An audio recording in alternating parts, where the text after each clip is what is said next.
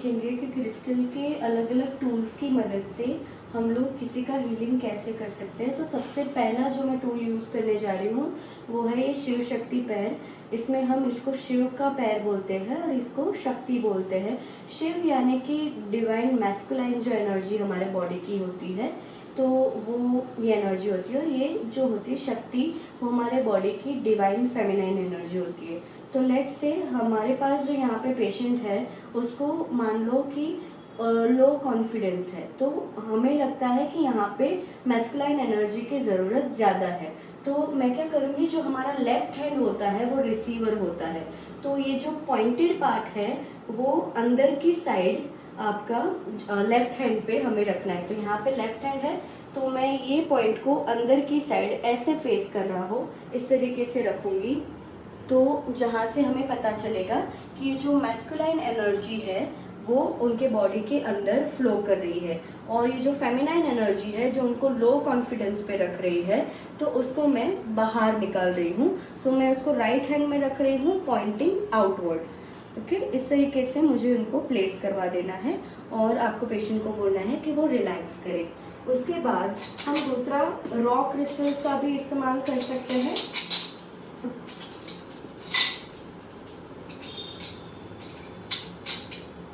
हम इस तरीके से 7 चक्रास के जो रॉ क्रिस्टल्स हैं उसका भी इस्तेमाल कर सकते हैं। अगर आप रॉ क्रिस्टल में सारे क्रिस्टल में इन्वेस्ट नहीं करना चाहते हो तो आप क्लियर क्वार्ट्ज या फिर सेलेनाइट का जो भी रॉ फॉर्म होता है उस पर भी इन्वेस्ट कर सकते हो।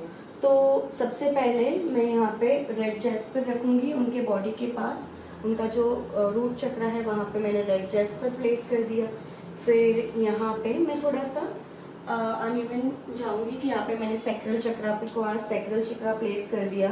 फिर यहाँ पे मैंने सिट्रीन उनके सोलर प्लेक्सस के पास प्लेस कर दिया, और उनके हार्ट चक्रा के पास मैंने ग्रीन एवेंचुरिन प्लेस कर दिया। फिर यहाँ पे थ्रोट चक्रा है तो मैं वहाँ पे लापीज लजूली है उसको मैंने प्लेस कर दिया। उसके बाद जो उनका थर्ड आई है वहाँ पे मैंने एमेथिस्ट कर लिया, और जो उनका क्राउन चक्रा है यहाँ पे मैंने मूनस्टोन कर लिया।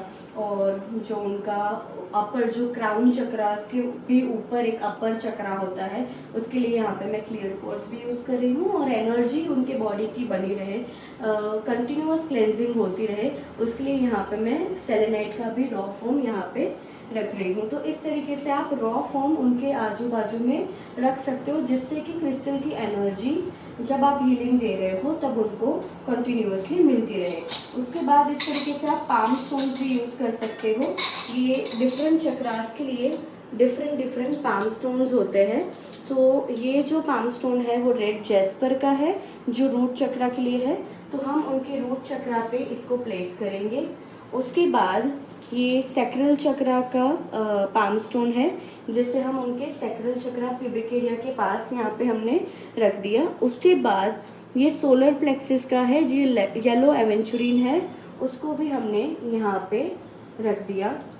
और उसके बाद हार्ट चक्रा है जो ग्रीन एवेंचुरिन का है, मैंने उसको सेंटर ऑफ द चेस्ट रख दिया।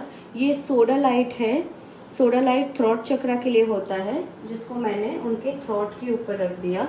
और यहाँ पे ये ब्लैक अगेट है, ब्लैक अगेट को मैंने थर्ड आई के लिए उनके फोरहेड के ऊपर रख दिया।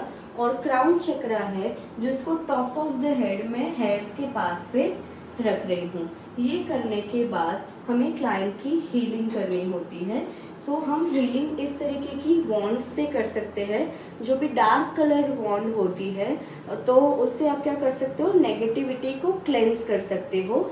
और जो लाइट कलर्स वॉन्ड होती है, लाइट कलर्स की जो भी वॉन्ड हो गई, जैसे क्लियर क्वार्ट्ज की वॉन्ड हो गई या फिर रोज क्वार्ट्ज की वॉन्ड हो गई, जिससे आप हीलिंग कर सकते हो। यहाँ पे हम लाइट की मदद से हीलिंग करते हैं। तो यहाँ पे जो ब्लू लाइट है वो क्लेंजिंग एनर्जी के लिए है, और ग्रीन लाइट है वो हीलिंग एनर्जी के लिए है। अगर आपको ये दो वॉन्ड्स नहीं लेनी है तो इसके अलावा आप एक ही वॉन्ड यानी कि सेलेनाइट की वॉन्ड लेके भी इनका हीलिंग कर सकते हो। तो सबसे पहले मैं इसको इनिशिएट करूँगी कि इनका क्लेंजिंग हम करेंगे।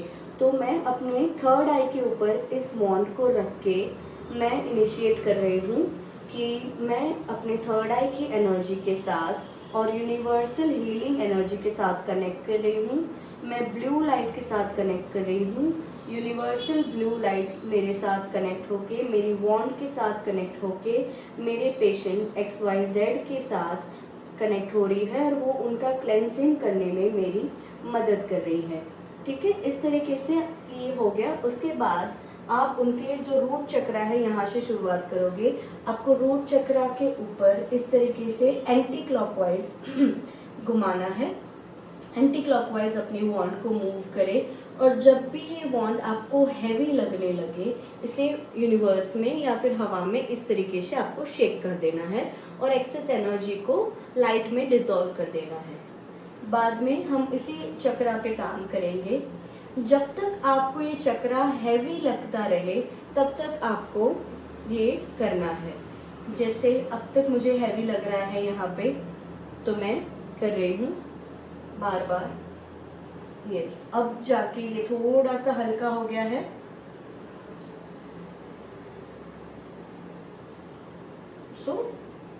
यहाँ पे ये हल्का हो गया है। तो अब मैं नेक्स्ट चक्रा पे स्विच कर सकती हूँ। उस पर भी सेम प्रोसेस रहेगा, आपको ऊपर ऊपर ऊपर उसी तरीके से जाता रहना है। जब तक आपको हैवी लग रहा है आप उसको शेक करते रहिए, एनर्जी को रिलीज करिए और जब भी आप रिलैक्स फील कर रहे हो तब आप इसको रख दीजिए वापस और थैंक यू उसको बोल के, ग्रेटिट्यूड करके इसको वापस रख दीजिए।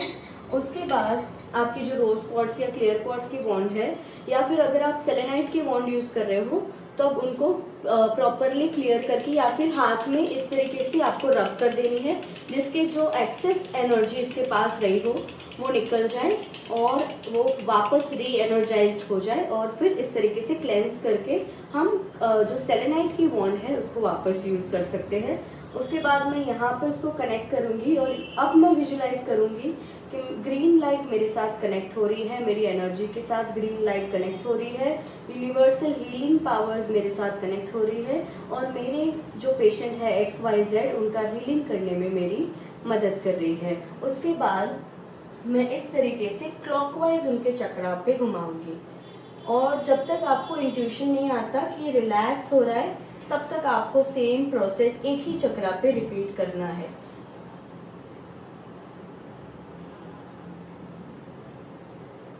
और अब मुझे लग रहा है कि ये रिलैक्स हो चुका है तो मैं नेक्स्ट चक्रा पे स्विच करूंगी और जब ये भी मुझे लगे कि ये भी रिलैक्स फील कर रहे हैं उसके बाद मैं चक्रास को स्विच करती जाऊंगी।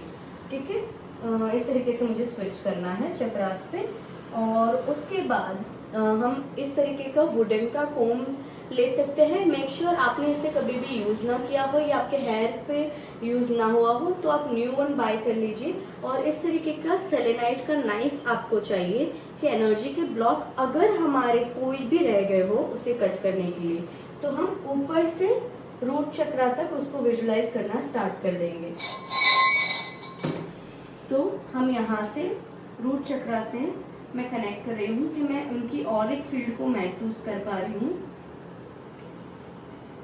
और आपको धीरे धीरे आगे बढ़ते रहना है। आपको अपने माइंड पे कोई भी जोर नहीं डालना है, आप सिर्फ इस पे फोकस कीजिए कि आप उनकी ऑरा को महसूस कर पा रहे हो, ऑरा को देख पा रहे हो। तो आप सब लोग देख रहे हो कि उनके थ्रोट के पास कहीं ना कहीं मेरा हाथ अटक रहा है, तो वहाँ पे मैं फोर्स के साथ 3 बार जो भी अनवांटेड एनर्जीज है यहाँ पे, जो भी लोअर एनर्जीज है यहाँ पे, उसके कोड्स में XYZ की ऑरा से डिस्कनेक्ट कर रही हूँ, कट कर रही हूँ और इस तरीके से 3 बार मुझे उसको कर देना है। और फिर अगर मैं देखती हूँ और वो फिर मुझे अगर आगे बढ़ने देते हैं तो ठीक है, और कभी कभार वो वहीं पे होते ही है तो हम वापस भी 3 बार कट कर सकते हैं, फिर आगे इस तरीके से बढ़ते जाना है।